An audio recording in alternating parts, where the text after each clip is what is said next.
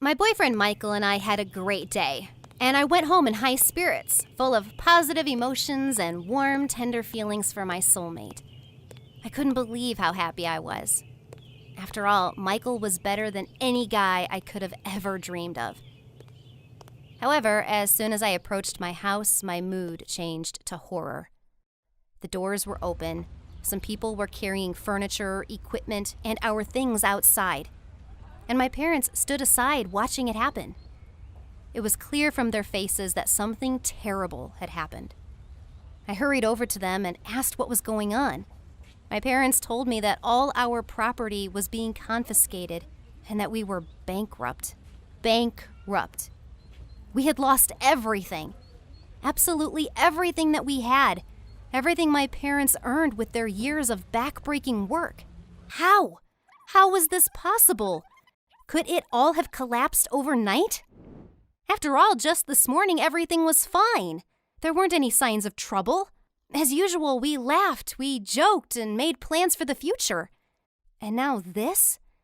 It all looked like a terrible nightmare that I wanted to wake up from as soon as possible. I didn't know what to do. The first thing that came to mind was to call Michael and tell him everything. But his phone was off. In fact, from that day on, his phone was never on again. And as it turned out, that date was the last time we saw each other. Hi, my name is Rebecca. And recently, because of my gullibility and naivety, my family went bankrupt. Everything happened so fast that at first I had no idea that I was the one to blame, and that my boyfriend Michael was directly related to the situation. But how? Well, you'll find out. I'm the daughter of a businessman. My dad is the owner of a large investment company. I always thought that I was lucky to be born into this particular family because I was always guaranteed stability and prosperity. And I never even entertained the thought that all this could end in an instant. I've been singing since I was a kid. I really like to sing, and I think I'm pretty good at it. I often perform at my school, at city festivals, and once even won a vocal competition. I think that shows that I have a certain level of skill. Several months ago, I performed at a Mother's Day concert. Everything went well. I sang my favorite song, shone on stage, and in my opinion, was able to do better than ever before. The audience's reaction told me so, too, which was the best reward I could have asked for. But immediately after my speech, something happened that turned my world upside down. And as it turned out later, my parents' world too. Backstage, a very handsome guy approached me, looking like he'd escaped from the cover of a magazine. He was carrying a huge bouquet of flowers. He handed it to me, saying that he was delighted with my performance.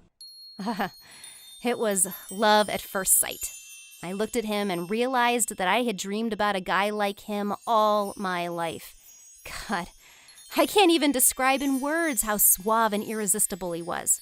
His hair, his eyes, the timbre of his voice, the way he moved, everything about him betrayed confidence and strength. As you may have guessed, it was Michael.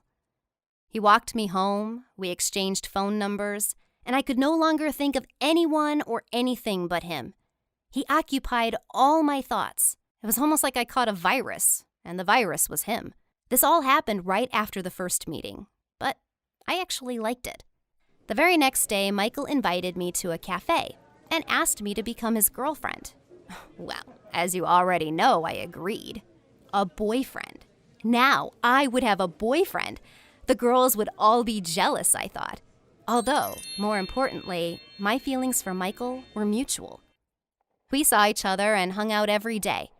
We knew that we were made for each other.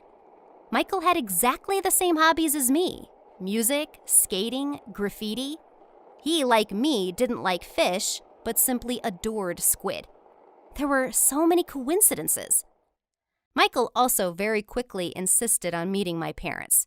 I didn't want to get them involved, but my boyfriend assured me that this was necessary for our relationship, because we were getting serious. And in some ways, he was right. So I agreed. I was sure my parents would like Michael and things would go well. But something went wrong. My parents were very wary of him. I got the feeling that they didn't like him. although he came with gifts and behaved like a gentleman. I was very upset about it. When Michael left, my parents said that they didn't like him. They didn't think he was very sincere. Mom asked to take a closer look at him, and Dad told me not to bring him to our house again. But I still didn't understand what exactly they didn't like. And since my parents couldn't explain the reason why they disliked Michael to my satisfaction, I kept meeting up with him and even invited him home when no one else was there. The fact is that my dad had a collection of books on American history, and Michael was very interested in history, so we often hung out in my dad's office and read them. And I was even proud of my boyfriend. Some people have never read a single book in their lives, but he was different. Smart, talented, purposeful. It's a pity that my parents didn't like him, but I hoped that one day they would accept him. One day, Michael was hanging out as usual in my dad's office, and I was making sandwiches for us in the kitchen. And since there was no cheddar cheese in the fridge, the kind my boyfriend likes best, I decided to ask him if I could make him a sandwich with mozzarella. As soon as I opened the door to my father's office, Michael suddenly jumped up, startled. But he wasn't reading history books at all, but going through the desk drawers. I asked him what was going on, and he hesitated for a moment, then replied that he was trying to find a notebook and pen to write something down. It seemed very strange to me because a notebook and pen were lying right on the table. It was simply impossible not to notice them. But why would he want the contents of my father's desk? What did he want to find there? Michael assured me that everything was fine and that I needed to just trust him. Of course, I couldn't be angry with him and jump to conclusions because he was right. The most important thing in a relationship is trust. How could I ever think anything bad about my boyfriend? I decided to just drop all my doubts and bad thoughts and enjoy our relationship. This went on for about a month. And once my parents came home early, and of course, Michael had no choice to go unnoticed. Dad was furious because he saw my boyfriend going through his drawers and immediately kicked him out. We had a serious conversation. My parents were very angry with me and said that they were unhappy with my behavior. Dad strictly forbade me to meet with Michael and threatened that if I didn't obey him, I would face very serious punishment. This time I was very upset with my parents. They don't know Michael at all. How could they talk badly about him and even forbid me to meet and talk to him? Of course, it never crossed my mind to listen to them. My feelings for Michael were more important to me. We kept dating, but I didn't want my boyfriend to come to my house again, and I told him so. However, Michael again managed to persuade me to let him into my father's office. He said that he had already read almost all the books, and there was only a little bit left. I couldn't resist his charm. When Michael came to my house for the last time, everything seemed normal. He went over to the books and asked me to wait for him in the living room. After 30 minutes, he came out in high spirits and invited me to go for a walk. He said that he would no longer ask me to let him into my father's office and that this was the very last time. I was very happy about this news. We had a great time that day, and then someone called Michael and he said he had to go. He couldn't even walk me home. But it didn't matter because I was head over heels in love with him and didn't pay attention to unimportant things like that. And what happened when I got home, you already know. Panic, fear, horror, the collapse of all my dreams, and emptiness. We didn't understand at all what was happening, and it seemed that it was just a nightmare that might end at any moment. But everything was real. We had to go live with my grandmother. My dad had to find out who set him up like that and why. A criminal case had been opened against his firm on the basis of fraud. But my dad and his staff had absolutely nothing to do with it. Soon, everything became clear. The truth hurt me to my core. Dad's lawyer managed to find out that one of his competitors, the owner of another investment company, had set him up. And he turned out to be Michael's father. Strange coincidence, isn't it? And the more details we learned, the more terrible I felt. It turned out that Michael's father had sent him to me on purpose. He knew that his son would be able to win my heart and be able to use me to get to my dad's office.